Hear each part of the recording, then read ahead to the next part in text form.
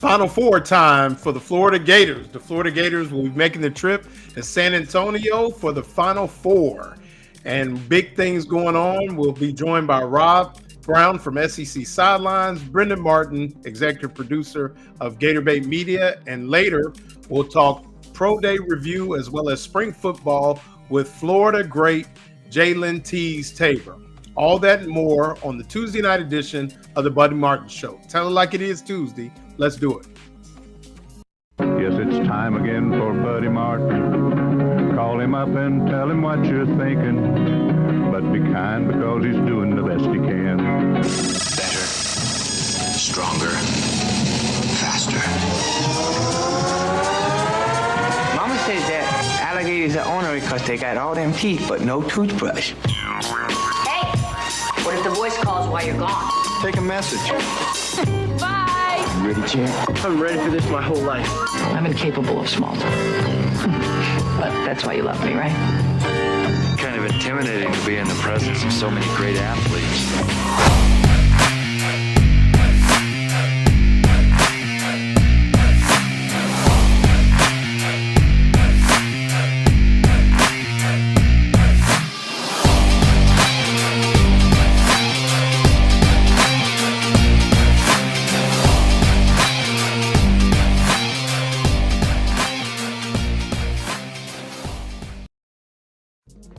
Welcome to the Tuesday night edition of the Buddy Martin Show. I'm your host, Lauren Meadows, joined by Rob Brown of SEC Sidelines and Brendan Martin, executive producer of Gator Bait Media.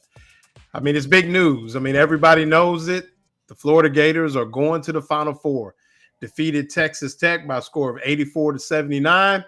Gave Gator fans a little heart attack. And, you know, maybe as things should be, they will face their rival in the conference, Todd Golden's mentor, the Auburn Tigers, the tournament's number one overall seed, defeated Michigan State 70-64.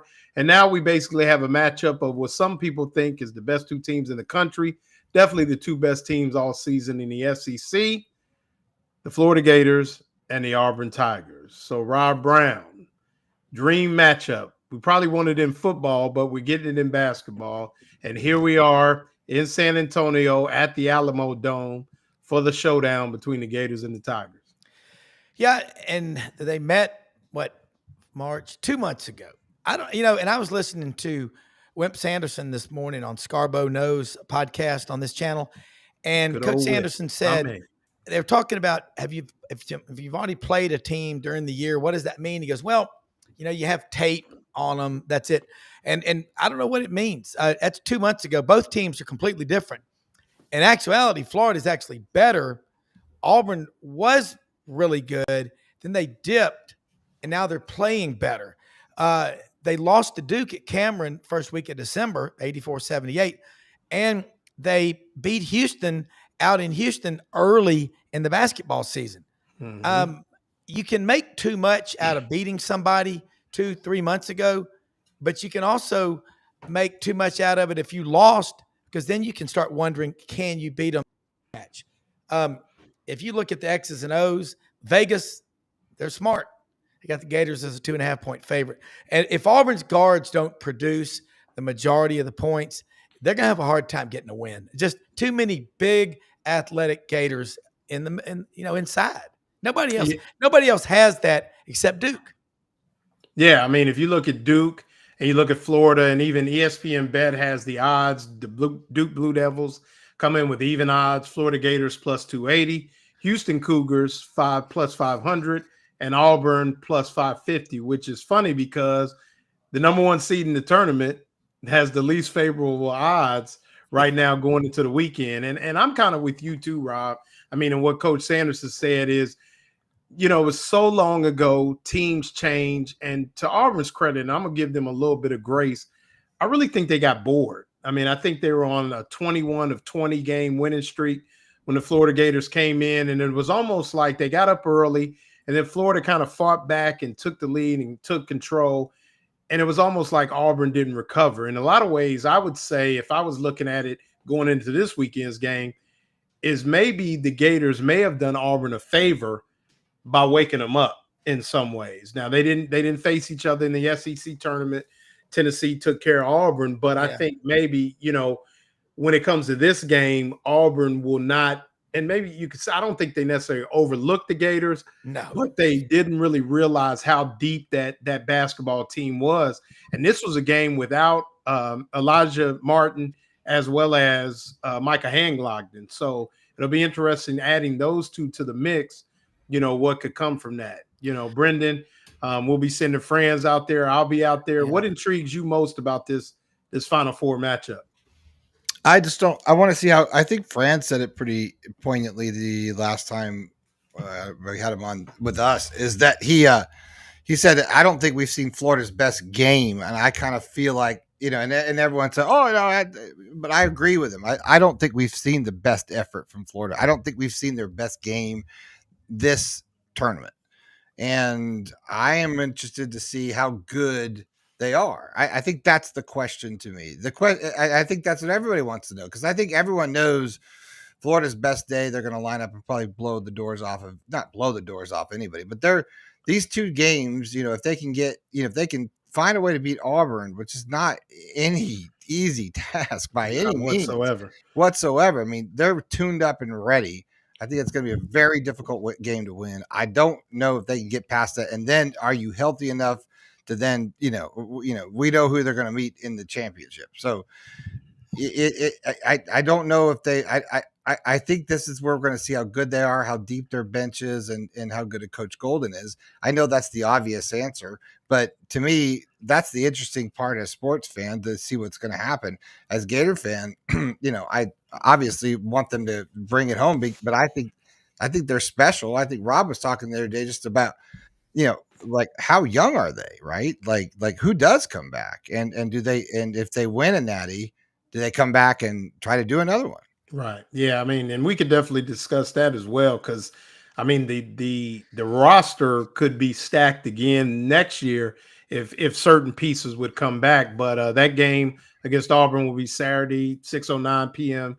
Eastern Time, 5:09 Central on CBS, of course. And we want to kind of send a shout out, kind of put a bow on women's basketball. The Florida Gators were defeated in the semifinals of the WBIT by the Minnesota Gophers, but early yesterday morning, Kelly Ray Finley, Coach Finley, received a different gift. Her first child, boy, Lakin Mott, was born here in Gainesville at 5 o'clock in the morning.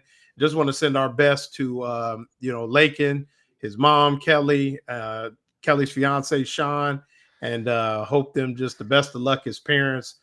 First time having a child. So, Kelly Ray wasn't able to make the trip, but the Gators fought hard, lost to a really good Minnesota team that had some big wins, and just another historical season for Kelly Ray Finley. But Rob, another side light to this, or another, intriguing fact, is the health of Janai Broome.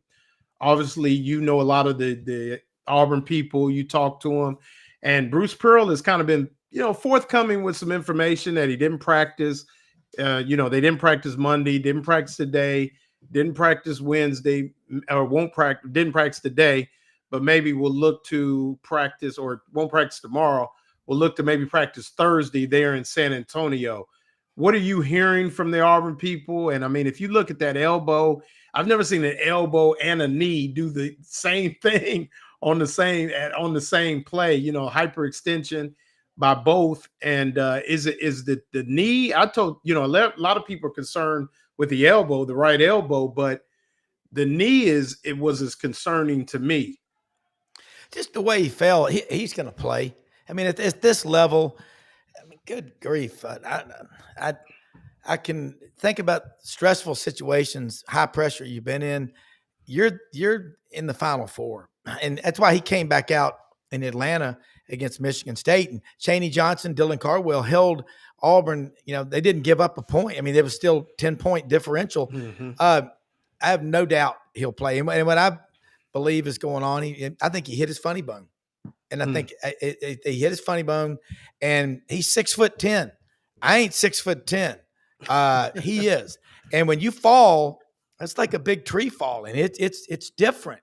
And he's a big guy. But I like what John Brady says on our show. He's got kind of an old man's game. He's tough. And, when he went back out on the court, Pearl and his son, they asked him, how you doing? He goes, I'm good to go. And so get your ass out on the court. My kind of player. And, just like, I think there's two things. What percent is Jai Broom going to be? I don't know. He'll be on that court and he'll be diving for ball. He'll do whatever it takes. I mean, we've all think about it. I mean, you when you got to do something, you find a way to do it. But there's two things with Florida. I don't think Auburn was bored. They knew Florida was good, but the home court advantage. You're most likely to get mugged in your own driveway. I always believe that. They got a little bit too comfortable at home. But number two, when Florida, in my opinion, watching from my perspective, was when Micah Handglockton took the red shirt off and put his team first ahead of his personal career agenda and whatever else like that. Who wouldn't want to go to battle every night with a teammate like that? So that's spread throughout the team. And what Florida has, think about it, Pearl and Golden, they're very close. They both have a culture. Those guys are connected. No Gators going down and not going to come back in the game. It's the same thing. And look, Duke and Houston, a lot of people don't like Kelvin Sampson. I think the guy's a hell of a coach. And they don't have anybody over 6'8" on their team. The average size of the Duke team is 6'8". So, well, the thing is, did you see Houston put a picture out of their basketball team in the weight room? You don't see a lot of basketball teams doing that. I mean, they got some grown men they do. that are strong and like to get after it. So we'll be joined later by Jalen Tabor. Hit that like and subscribe button. Be joined later by Jalen Tabor, who will talk spring football, a pro day recap, what he saw. Florida had their first scrimmage today, I think, to mixed reviews from what I understand. And we'll touch on that later. But first, we want to talk about our great sponsor, Meldon Law, the only official law firm partner of the Florida Gators. And once again, we talk about it. It's that time of year. Meldon Law not only gives great legal advice, but also gives you opportunities to win tickets to different events. Softball, baseball will be going on, and even some things around the Gainesville community. Meldon Law is really tapped in. And if it's a legal issue that they don't help you or not able to help you with, they'll refer you to somebody that will get you the help that you need. So Meldon Law won't back down. Proven and skilled injury lawyers since 1971. And I'm sure we'll see Jeffrey Meldon front and center out there in San Antonio. He definitely loves his hoops. So let's talk about this second semifinal. I mean, we talk about Florida and Auburn, and that's there, but is anybody betting against? I mean, it's kind of funny. Somebody talked about, I think it's been talked about a while. Duke was kind of the hated. It's been, basically since, 1987 or whatever. They've been the hated group through Krzyzewski, now John Shire. You got the names Hurley, Leitner, Hill, Jason Williams, Mike Dunleavy, Shane Battier, Carlos Boozer, you name them. They've kind of been Battier. Shane, that's what I said, Shane Battier. But now Duke is kind of becoming the media darling. I mean, I don't know if it's the Cooper Flag thing, nice story, being a Maine guy, see a lot of big timers from Maine, even though he played most of his basketball, at Mount Verde. But, the people in Maine have really jumped into this thing. Do we give the Houston Cougars a chance in this one, or is it just, it is what it is? If you don't give Houston a chance, you're crazy. But that game think about what Houston's had to go through the last 3 years. 2 years ago, they're a number one seed. Alabama's a number one. They got to go to Legacy Arena in Birmingham and play Auburn. They beat them, but still, this year they're a number one seed. They got to go play Purdue, a 4 seed, on the road in Indianapolis. A little bit of an advantage for Purdue, you know that. And they barely won that game. But then they absolutely put on a clinic in suffocation against Tennessee. I'm not going to – Duke will beat them. Duke will beat Houston. Duke's got too many weapons. And, defense can't win. You've got to be able to score points. Not that they can't, but you want to get into a track meet. I mean, what Duke just took Alabama apart. Alabama hits 25 of 51 3-pointers Thursday night against BYU, and then they could barely hit the side of the wall against Duke. Duke will do that to you. I'm betting on Duke. But again, I picked Houston and Florida to play for the national championship. I'm going to stick with the Cougars. All right, Brendan, you a Duke guy, or we came up in that just era call me where a you either Duke love guy? Duke or you hate Duke. He loves Duke. I love Duke. I hate Duke. Yeah, that's one of the things I've never liked Duke. Yeah, see, that's what I'm saying. No, I think they're good. Yeah, I think they're good, but I think I bought into the SEC this year. I think I finally took a while. I just think, I think it's going to be the SEC's year. If Florida, I really think we're going to see the champion between Florida and Auburn. And then I think, whoever wins that game is going to win the whole thing. Okay. I just don't. I mean, look, I don't. I think Duke's got a lot of great talents, but I look at Auburn, I look at Florida, like I look at the complete team. Yeah, and I watched like during the tournament, you see Elijah Martin come off the bench. You see all these, and Buddy said that, he's like watch who the hero is going into, the Final Four. It'll be guys you never heard of. Right. And he's right. And I think, we're hearing the guys we heard of all year long with Duke. We got that, but you're seeing guys emerge in this against Tech and everybody else that are like, who? Right. If you're not a Florida fan. So, right. Yeah. I mean, and speaking of emergence, I think we would be remiss if we didn't talk about just the improvements of a guy like Tommy Houck, who, followed the Clayton effort with 20 points, but just did all the little things, defending, shooting the three, just improved shooting the three. But his biggest improvement, and in this age of analytics, you guys realize, I mean, you understand this, to go from a 48% free throw shooter as a freshman to now an 80% free throw shooter as a sophomore. I mean, that's 7-8 points a game, for a guy that's going to get to the line the way that Tommy Houck does on the offensive glass and things like that. I mean, he was tremendous. And to stand up and shoot that ball with confidence, it was just amazing to see him be the one when Will Richard and both Elijah Martin were struggling. Condon, I think, was still working his way back in the ankle injury. Aberdeen played fairly decent, but it was Houck, who probably deserved Sixth Man of the Year in the SEC, was the one to really bring it to, okay, who's this guy? And now you're starting to even see him on some draft boards as maybe a late first round pick. We saw him at 34. Franz, I think, gave that number yesterday. But he's a Pennsylvania kid. Grew up pulling for the Gators. And, Franz and Buddy talk a lot about Elijah Martin. He's from Mississippi. His story is an incredible story. Alex Condon from Australia. And I heard today, I think, when Kevin and Coach Sanderson were talking on Scarborough Knows on this channel, that you go back to Walter Clayton Jr. coming out of Lake Wales, was a 0-star recruit. He's, 4-star in football, 0 in basketball.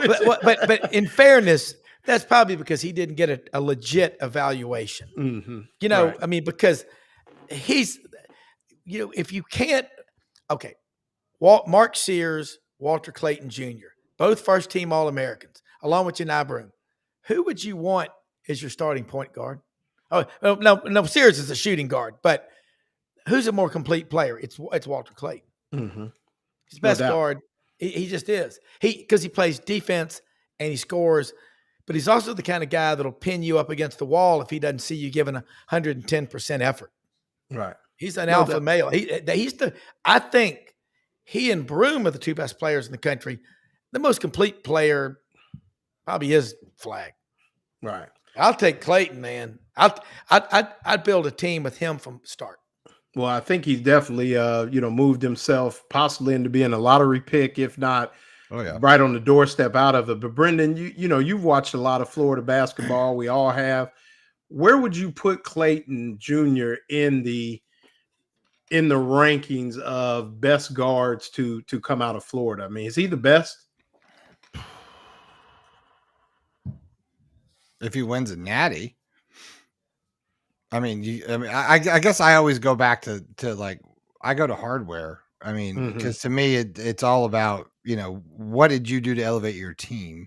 Because if you haven't, to me, and that's college sports, right? So it's like, yeah, the Tim Tebow's, all that stuff, and I threw that out there, but I'm just saying, a la, I start to say, what did you do to elevate your team, my team, your team, like to bring home something that will be here, after you're gone. Right? We'll talk about you in lore and history. So the only reason I'm going to talk about anybody in history and lore is if you bring home, so Got to bring hardware it home. Got to trophies, bring you got to home the bring it banner. home. Yeah, got Yeah, to bring it home. exactly. Yeah. So I think I would like to say I'm going to hold out for that, because I think if he wins this national, like if he continues what he's doing and they win, the whole thing, I think you're going to have to put him up there. I think you can make that argument. Yes. Yeah. And I mean, it's going to be interesting to see how this thing shakes out. Final Four always has intrigue, but I think we all three would agree. I don't put a lot of stock into the close wins for Florida, because I think they ran into three really good basketball coaches and, arguably two-time defending champion against Connecticut. You could argue that Dan Hurley is one of the top 5 coaches in America, comes from a coaching tree that's immense. And then you got Maryland, tough, tough team, got a lot of Baltimore, DC guys, East Coast guys. And you got Texas Tech, gritty, well coached. But it takes me back, and all of us will remember this. And you could correct me if I'm wrong, Rob. It's funny that Duke is in this because I'm using Duke as an example. In '91, Duke had been number 1 all year. They were the best team going into the tournament and didn't really play well those first 4 games and had to have a miracle basically to beat Kentucky there in the Meadowlands. But then they went back. That was to 92. Durham. 92. Yeah. So 92. Yeah. Excuse me. 91. But 92. Yeah. 92 season and 91, 92 season. And went back, regrouped in Durham, collected themselves, and then went to Minnesota and basically took care of business. I mean, in dominating fashion. And that's what I kind of caution people when they were talking about Florida and the close losses or the near shoulda, coulda, wouldas. Let them get back to Gainesville, take a deep breath, and now they got to go win 2. And I think that's where you got to really look at Florida. If they're the most complete team, and everybody kept saying that until about a week ago, that's where getting back, just kind of seeing some familiar faces and then getting back on the road to head to San Antonio could be the best thing for this team. It is, but 6 days, Sunday until you play Saturday. What I hate, talking about slowing down, is 16, 12, 8, 4, those timeouts. You're running a team out of the gym, and they give these long timeouts. I love to run people in the ground. If I'm in a race or something, that's what you want to do. I have no sympathy. And if I'm a coach, I'm going to try to score every time I have the ball, and I'm going to try to run you into the ground. So you look at Golden and you look at Pearl, they coach mental toughness. Okay. Man up or you're on the bench. You're sitting next to me. What Bobby Knight talked about the other day. What motivates you more than sitting on the bench? And I tell you, Duke, I think Coach K came to Duke in 79. Mm-hmm. He was so god-awful. They wanted to run him out of there. John Thompson, he was just ascending at Georgetown at that time. But he struggled to get Duke going. Not that they hadn't had success before, but what makes Florida so strong is that they got better. And you know what? The more of these close games you win, you start feeling like you're never going to lose. They find more excuses to win. And so what if they played close games? But they find excuses to win. Danny Hurley, one of the top 5 coaches, he may be a total tool. I think he's the best coach in America, hands down. I'd love to have him as my coach. I don't care. I don't really care about all that other stuff. He's a winner, and he'll get 50 pounds out of a 10-pound sack like nobody else can. he's just that Right. good. Yeah. And I mean, when the draw came out, I knew that would be You knew it white would be. knuckler for Florida. I mean, it was like why? And it It was like was. why anybody but them Yeah. in the second round. And we talked Nobody about. wanted I to mean, we play talked him. about it on the shows after. We all were We there. did. It's Yes. like they were not. Oh, we're the lower seed. They were like, no, we're the two-time defending national champions. That's We right. got all Americans as well. We got all of these things. If you throw our roster up against Florida, it is as good, if not better, on paper. And we got a great coach and a great formula and great tradition. I mean, like we talked about it. Nobody has probably been better than UConn the last 20 years in college basketball. So it goes on. So yeah, absolutely. I mean, I was totally concerned about that game against UConn for sure. And shortly we're waiting on Jalen to come on and kind of switch gears. But go ahead, Brendan. Well, that's a trap game coming out of that. You have a big win.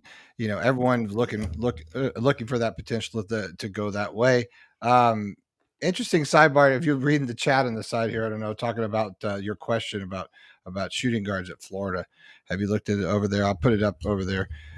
Take a look at what obviously. I didn't. Let me see in the chat. Mike Go Miller, ahead. We got Maxwell and a couple of those guys. But you agree with all that stuff you see in there, Chris?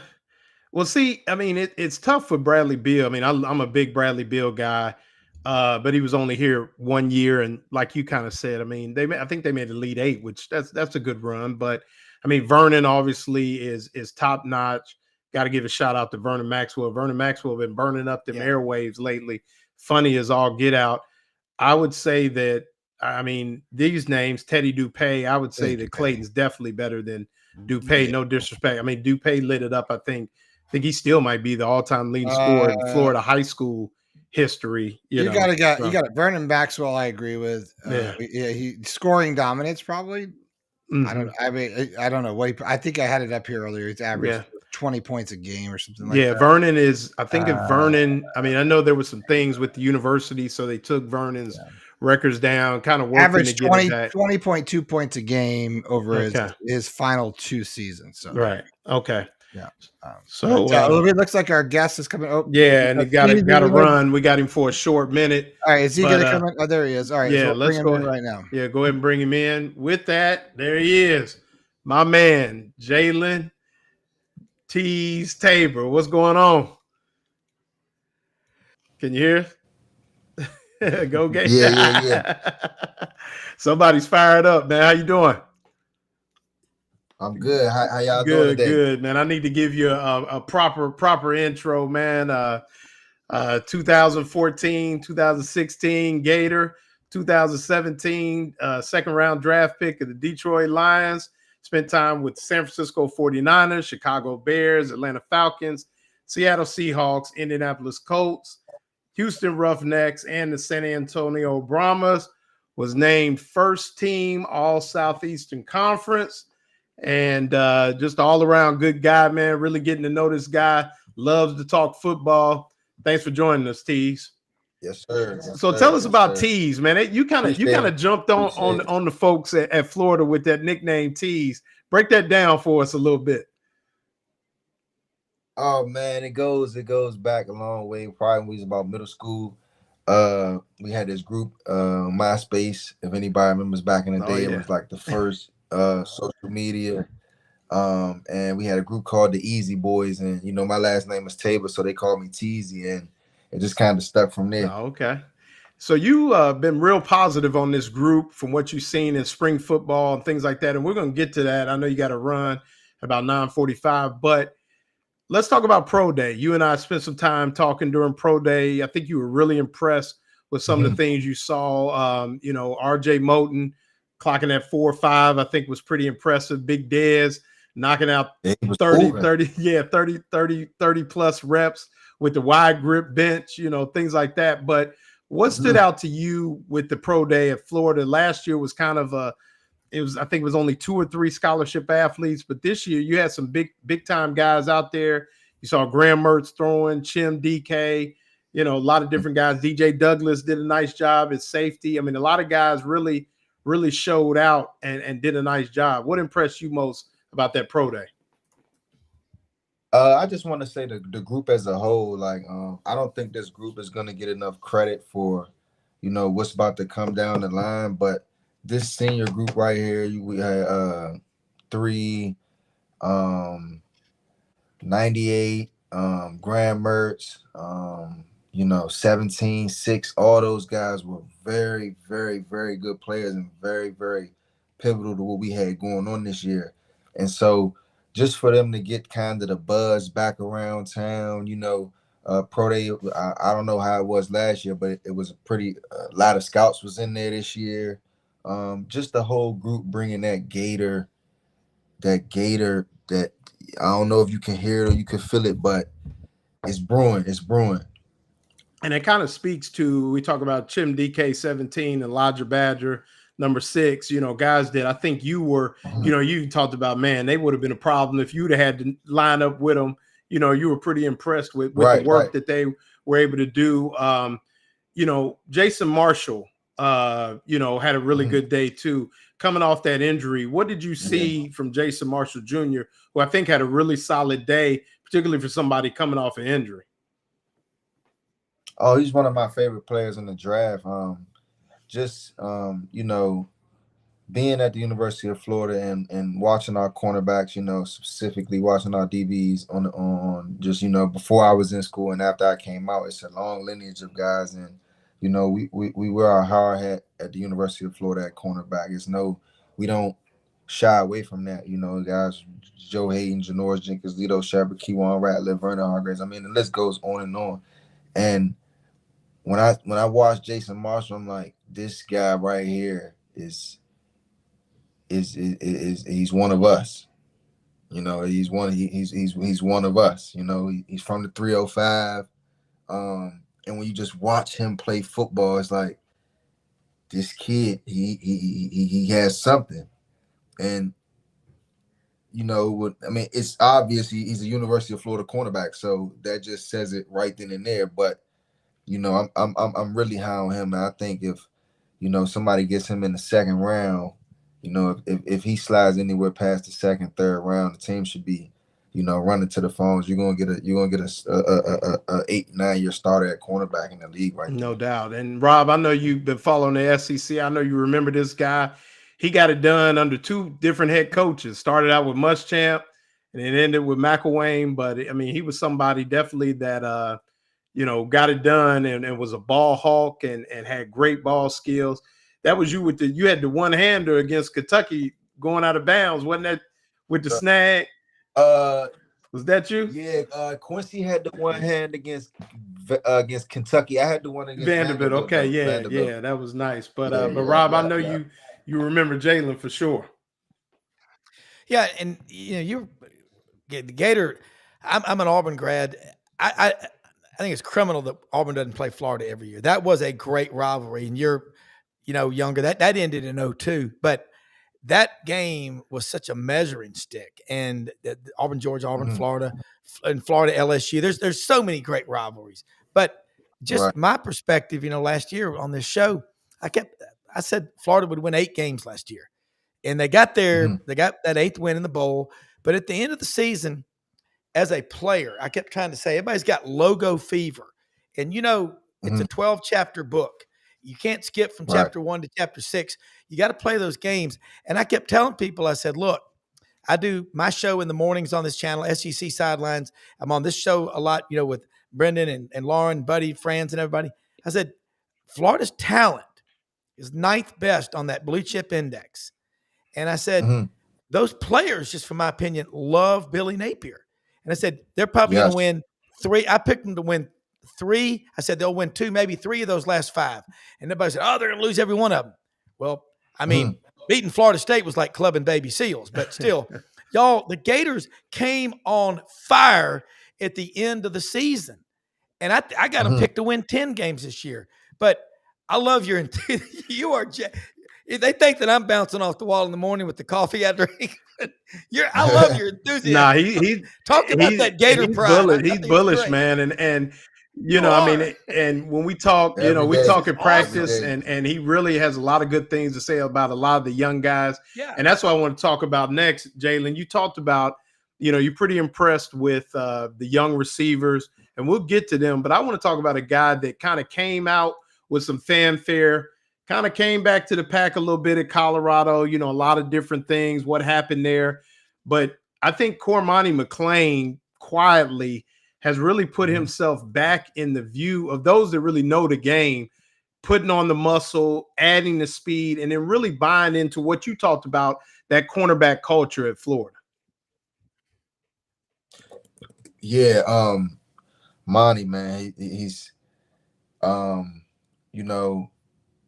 just him coming out early on, following his career, I guess whatever would happen at, previous stops or whatever. But when I got my eyes on him, when I seen him at practice, this was the first week of last year. So this was Miami week of practice.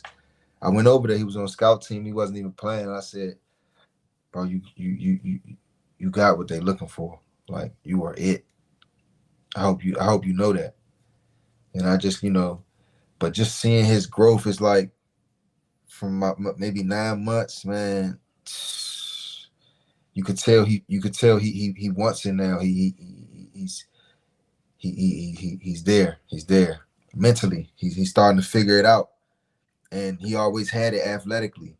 So now, now it's like we're starting to see that 5-star, that player, that person that they wanted coming out of high school, and it's really showing.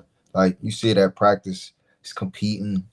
He's being more physical at the line of scrimmage, playing with his feet, playing with his hands, and really being, he's running out there with the ones covering the top guys in practice. So we expect a big year out of him this year. Yeah, no doubt. And kind of on the flip side of that, the other side of the ball, you've really been impressed with these young receivers. I mean, Dallas Wilson, Vernell Brown, the third, and even talk about J. Michael Sturdivant, even though he's not a young guy, but really adding some oomph to that receiver group for sure. Oh yeah, that receiver group is we got us something right there. Because now we got two who can deliver the ball. And as a quarterback, that's the best thing you need is outlets. You got 13 right there. We got a good 1-2 punch at tight end at 12 personnel with 89 and 86, and now to be able to go to replenish what we're missing with 6 and 17 from last year, to go get all those guys we got right there, those freshman wideouts, is crazy. I mean, I think this class, when it's all said and done, I'll put them in that Henry Ruggs, Jalen Waddle, Jerry Jeudy, that Alabama class. When it's, I think we're gonna be up in that, because I mean, VB is just so electric. When he gets the ball in his hands. Then we got Wilson. He's big body outside. I mean, the kid looks like he's a junior right now, and he only been on campus 3 months. Where do we get him from? I wouldn't be surprised. And, I would going into coaching and stuff like that. But to start 3 true freshmen at wide out, that's like, you scratching your head. Can we win like this? Like, I don't know. True freshman. I'm telling you right here, right now, I feel comfortable. If we got to put those 3 guys out there and go win big now, that's how good all those guys are. I'm big on 0-6. Yeah, and that's Sean Montgomery. We don't want to keep him out. 0. You can tell this guy's a pro guy. He calls out the numbers. That's the way they been in the pros, a long time. Rob, you good, man. That's the way you pro guys do. Y'all the numbers. You call out the number and let them know. But Rob, I mean, that's definitely high praise. You're familiar with that group, Henry Ruggs and Devontae Smith, and Jalen Waddle. I mean, so to kind of have that on the shelf in that group, to possibly be able to hit that high watermark is already high praise, I would say. Yeah, and then my bad, real quick. And then we can't forget about Trey Wilson. Yeah, no doubt. Yeah, absolutely. Yeah, no doubt. We just talking freshmen. We know what Trey can do for sure. Okay. For sure. Go ahead, Rob. Okay. Well, I mean, you're talking about Jerry Jeudy out of Deerfield Beach, Florida, played at Alabama. Waddle was out of Texas, Channelview, and Henry Ruggs III out of Robert E. Lee High School in Montgomery, and Devontae Smith out of Amite, Louisiana. I got a picture of the four of them going on the practice field together at Alabama. And I don't know, he is Devontae Smith, boy, he's $170, wearing a weight belt. He's a hell of a player. But I do like the way you referenced those numbers. That was pretty funny. Yeah. I mean, but yeah. You go back to Trey Wilson. I want you to talk more about him, because you've got an eye for seeing things that I damn sure don't. Oh, Trey Wilson, that's my favorite player on the team besides the quarterback. Wow. Okay. He's such a he's gonna be such a good pro. Like he's just gonna be such a good pro, man. He's quick in and out of his cuts. You just can't. I mean, when you see it, when you know, man, he's gonna be such a good pro. Then he's gonna add that good punt return value and special teams when he gets to that level. He's so quick, lightning quick, and then he wants the ball. Like he wants you to be in coverage, and he wants that. Like, just seeing him like out there, he still got a black jersey on, but he gets his plays, and when he gets his plays, he's always running full speed on routes. Even in the routes on air, when they throw the deep ball in practice, he running full speed. It's like, even he was already good freshman and sophomore year, but now, he's older than guys. He's quicker. He's already better. Now it's just, him getting that timing down with two and everything meshing together. This will be a third year in Nape's offense. So big time. Everything should start clicking this year. Well, before we let you go, man, I know you got about 5 minutes. Let's talk about you. Tell us. I know you back getting your degree, finishing up at Florida. How is it just being around the team? I mean, we know you're having a great time. You could tell, but being around the team. But we want to ask you some things about your time as a Florida Gator. What was if you had to pick your favorite moment in that Florida Gator jersey? What would your favorite moment be? Man, I would have to say 2016. I think we're like 8-2. We got to go down to the Bayou. Chance to go to Atlanta. We had a hurricane early in the year, so that game is supposed to be at home in the Swamp. End up moving it later in the year to go play them in LSU. Fournette, Geis, Jamal Adams, that crew, Tre'Davious White outside, Devin White, that crew. And we go down there, and it's tough sledding, man. I think we didn't have none of our linebackers. I think JD was down. Long story short, we get into like 3rd and 1. They have been killing us on short yardage. Just LSU. We know what time it is. Like the short yardage goal line. 3rd and 1, we stuff them. Coach Ed Ogeron runs down, calls timeout. It's 3 seconds on the clock. 4th and 1. I think we're up 4 points, so they gotta score. They gotta get in the box. We stuff them. The Gators go home. We get a trip to Atlanta. I just knew they was gonna run that ball. No doubt. Yeah, we had Quincy on. He basically told the same story. We had him on LSU week, so it was fitting that was his moment as well. Couple of little quick hitters. Favorite NFL city? Fan wise or city wise? Favorite. You say, what's your favorite? You give me that. I ain't gonna lie, man.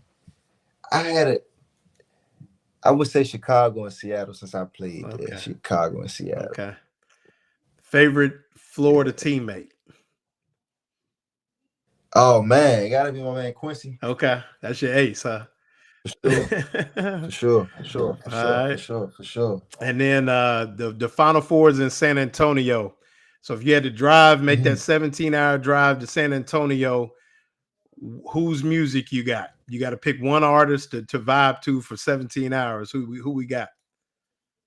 Oh, see, I'm I'm super urban. I'm super underground. So I'm gonna just throw a name out there. I probably know anybody gonna know, but guy from Baltimore, Maryland, go by the name of YG Tech. Okay.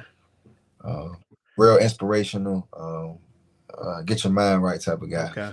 No doubt, man. So speaking of San Antonio, I know you rocking with the Gators, but what you looking forward to? What give me a storyline that maybe I know you know the game. Give me a storyline that maybe that in your mind you're thinking about, okay, this could happen in San Antonio to maybe, that we know Walter Clayton Jr., we know some of the guards, but who could be maybe that unsung hero for the Gators, you think? I think that, it's going to get tough. I think Walter Clayton Jr. is going to do his thing. That's my guy. I think he's going to bring us home, but I think it's going to get tough. And I think, he's starting to get up against the good coaches now, the John Shies of the world, what's my man from Bruce, all those guys, Bruce Pearls of the world. Like, these coaches going to start being up to dial up some stuff now, and they going to take, like, one ain't gonna be able to just get the ball and be firing that thing up like that. So it's gonna have to be one of those unsung heroes. But I like our bigs, man. I've been saying that. I like our bigs, man. They play tough, they play hard down low, and they can stretch the floor. They play hard. Our bigs play hard. Watch them boys down low. They play hard. So I think it's gonna be one of the bigs.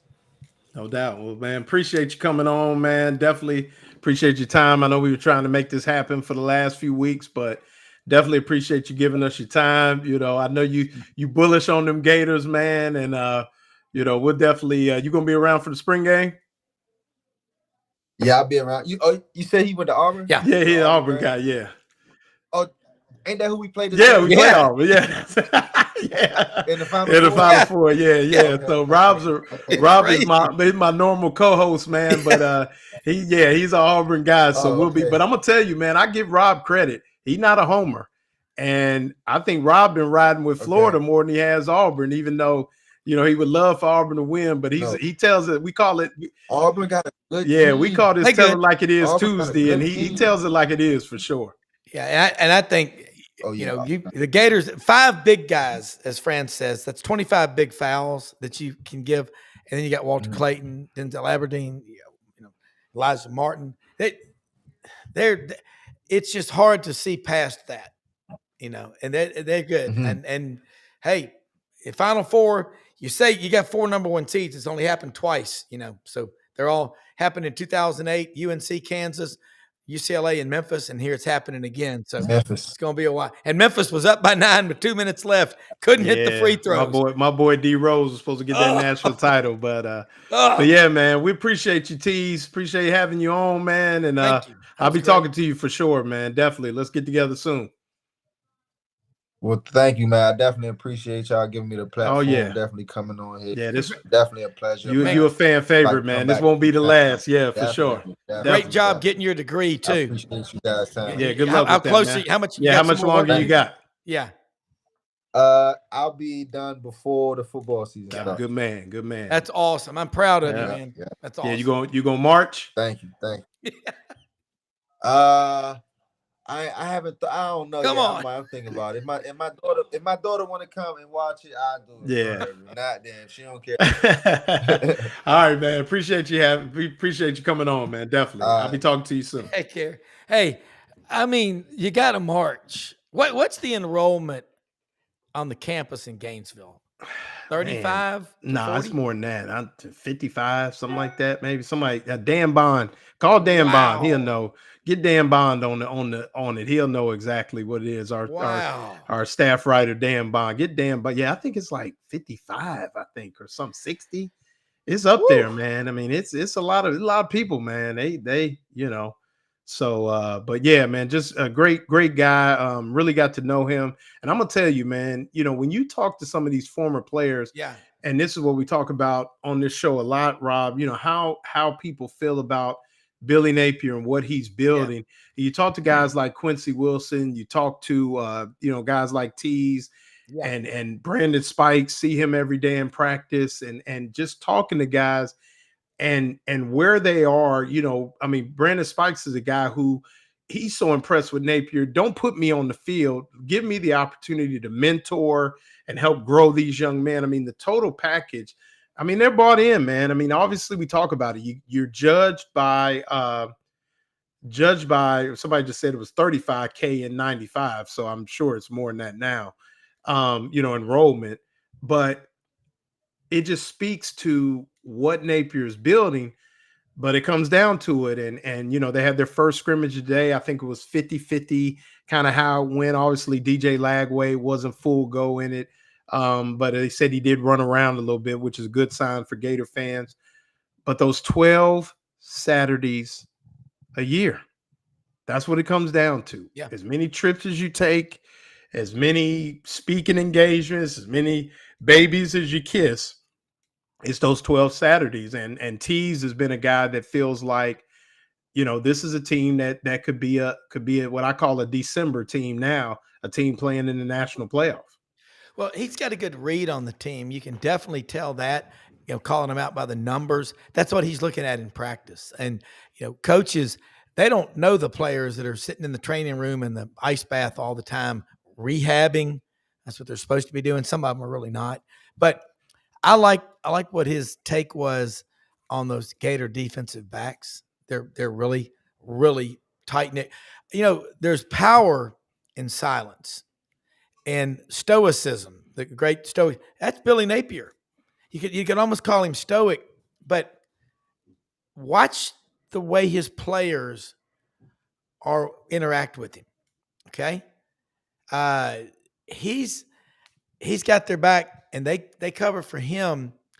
He's building a culture. I know there's been some disorganization, too many guys on the field. Go back to any coach. There's growing pains. But you know what? We're in an era now. You're not going to see football coaches fired 2 and 3 years into their tenure. It's over. It's over. Because later this month, the House settlement's coming out. They can't afford to do it anymore. Yeah. And and look, money's not everything. A&M's got money. Buzz Williams just left for Maryland. Yeah. Crazy. Come on. It ain't just, it's about culture. Right. And not campus and coaching. Absolutely. And so 55,211 right now. Holy cow. 34,000 undergrads. So you got the law school 16. And obviously you got graduate degrees and things like that. So, yeah. Wow. 21,000 grad students. Yeah. Well, roughly. Yeah. Or A&M, Vanderbilt, and Florida typically have the best grad programs in the SEC. Mm-hmm. I mean, serious. Engineering, there's 3 schools in the South, Georgia Tech, Auburn, Florida. They're all incredible. Yeah. It's incredible. Yeah. The College of Engineering at Florida. Right. It's well, we talk about charts. it. There's a young lady that, a couple of ladies on the softball team that may not be playing as much as they would like to play. Yeah. But like I told somebody, and they're like, well, they'll just jump in the transfer portal. It ain't that easy when you get in a Florida degree. You might want to stick it out and get that Florida degree, because my daughter is going to have to really convince me that she wants to go to Kennesaw State so she could pitch 5 innings and leave Florida. You know, I mean, so, I mean, when you look at a Florida degree, I mean, it's up there with all of them. And yeah, I mean, like you said, I mean, shout out to Teez for going, and Quincy both, you know, coming back after their careers are over to get that done. And that'll be big for them. But yeah, I mean, you talk about, I mean, and really just some of the great schools in the South are in the SEC, obviously adding Texas and Oklahoma, just great programs as a whole. And I mean, it stands out, All right, let's think about who are the public Ivies? You know them. Cal Berkeley. Yeah. Mm-hmm. Okay. UCLA maybe. Definitely. Florida's up there. Florida, I just know this from talking to people at different universities. Michigan. Michigan. Florida is one of only 6 schools in America that have a College of Veterinary Medicine, College of Medicine, and a College of Law. There's only 6 schools in the country that can say that. Mm-hmm. Florida's one of them. Yeah, no doubt. That's powerful stuff, and it's not as old as Alabama or Georgia or Tennessee. Mm-hmm. Right. I mean, hey, if I'm at Florida and I'm playing, I'm just telling you, if you walk from that, you're leaving money on the table. You're a living brain donor if you do Right. that. Get Yeah. your degree. You can make a living with your hands. You can make Right. millions with your mind. Well, I think, and Rob, this is another conversation. You and I talk about it, Yeah. but we can touch on it. Just because the transfer portal was there doesn't mean that every kid is going to use it. And just because the NIL is there does not mean every kid is going to use it. A Yeah, lot of kids I agree. cannot, and I maybe I'm going to use this term. This term sounds bad. A lot of kids can't be bought. No. And every coach, because they just may nailed it. waive, you look at me, we talk about these teams. Duke isn't for everybody. No. Definitely Kelvin Sampson ain't for everybody. Bruce Pearl ain't for everybody. I like Kelvin Sampson. I do too. No. I'm just saying though that you and I both know you see basketball players. I mean, you get around and you could say, that kid can't play for Kelvin. Yes, And it's like people couldn't play for Bob Knight. Some people couldn't play for Coach K. They could be as smart as they wanted to be, but they couldn't play for Coach K. Yes. And so I think that, as the narrative continues, this whole thing, well, so-and-so got offered this much money by this, and they're just going to pack their bags and leave. There are people that are they need to be in a situation with a Napier, with a Bruce Pearl, with a Todd Golden, a Kelvin Sampson, a John Shire, a Hugh Freeze, where, and I know but I'm just saying they're in a situation where they're most comfortable and no amount of money is going to drag them from that or the school that they're going to. So, with that, we'll talk about Titan MRI. Titan MRI, North Central Florida's premier independent diagnostic testing MRI facility. Don't want to say newest anymore, but no insurance, no problem. No appointment, no problem. Claustrophobic, no problem. They have the big beds, make you feel comfortable, and Titan MRI doing big things, Lake City, Gainesville, and I think soon to be opening Ocala location as well. Titan MRI and imaging, now under new ownership. Scan the QR code, tell you all you need to know about Titan MRI. And Renstar Medical Research, a superior medical research facility, seeking tomorrow's answers to the health questions of today. So here we are, Rob. We'll talk again, but I mean, it's Final Four time, one of the best times of year. And, we'll see what happens between the Florida Gators, Auburn Tigers, and the Duke Blue Devils and the Houston Cougars. But give me your winner. When we get on the show Tuesday night, who's gonna have the trophy heading back home? I'm sticking with Florida because remember March 16th, I had to pick my Final Four on Scarbo's Maiden Voyage podcast on this channel. I had Michigan State, Florida, Houston, Alabama. Florida plays Houston. Florida cuts down the nets. That's what I'm sticking by. But I think one thing that's going to happen, I think you're going to see an emergency session called here soon by college administrators, people about NIL. I talk to people that are involved in these things. People are getting a little bit weary, and good things are going to happen, people. Conceive it, believe it, achieve it. But I think the Gators are going to win the whole damn thing. And I think that Hanlockton guy, I know Walter Clayton's the best player. I don't know Micah Hanlockton. But if you don't love a teammate like that, you don't know anything about life. And I will say this about Todd Golden. He has a future career as a head shrinker sitting on the couch. He's so laid back. He does not get phased. Right. He is like Mr. Perfect, but he can coach his ass off. So yeah, I'm sticking with Florida. And I'm gonna go out on a limb. Obviously, Florida to win. Will Richard, he's due. Will Richard, he's due. One dribble shoot, Will Richard. So, but we'll see what happens. I'll be out there. Looking forward to it. Rob, appreciate you being on. Rob Brown, SEC Sideline Sports, Brendan Martin, GatorBaitMedia.com, and appreciate our guest, Jalen Teez Tabor. With that, we'll say good night. Tell it like it is Tuesday on the Tuesday edition of the Buddy Martin. Have a good evening. Thank y'all.